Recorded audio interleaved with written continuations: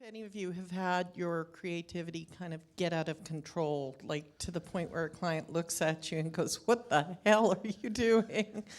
Heck, what the heck are you doing? Maybe, Sarah, do you have a... I don't know if I have a good answer to that. Yeah. Hasn't happened.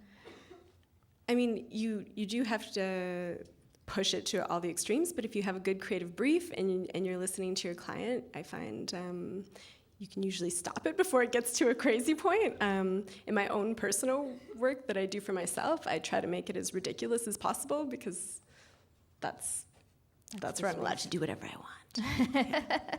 Randy? We've had a bit of that. There's one project that is completed and on the shelf and will stay there forever because the client got it but then was afraid the up-and-ups wouldn't get it. The way we structured it is we really nailed down what they needed and why they needed it, and then came up with a really creative way that actually involved zombies to address this.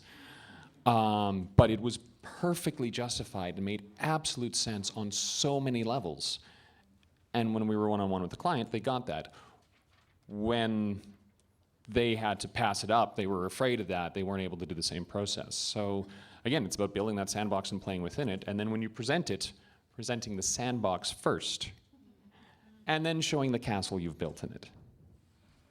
Glenn, have you ever been too crazy? Yeah, usually almost every time, because we usually show 3 options. So we'll show like, okay, this is the tame and boring one. Everyone will do something like this. It's very predictable.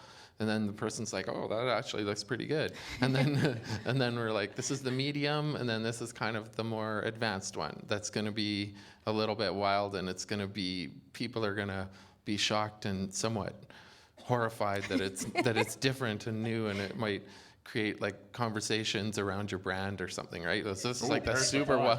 So, and then they get to pick, right? So usually they pick the middle one, where you kind of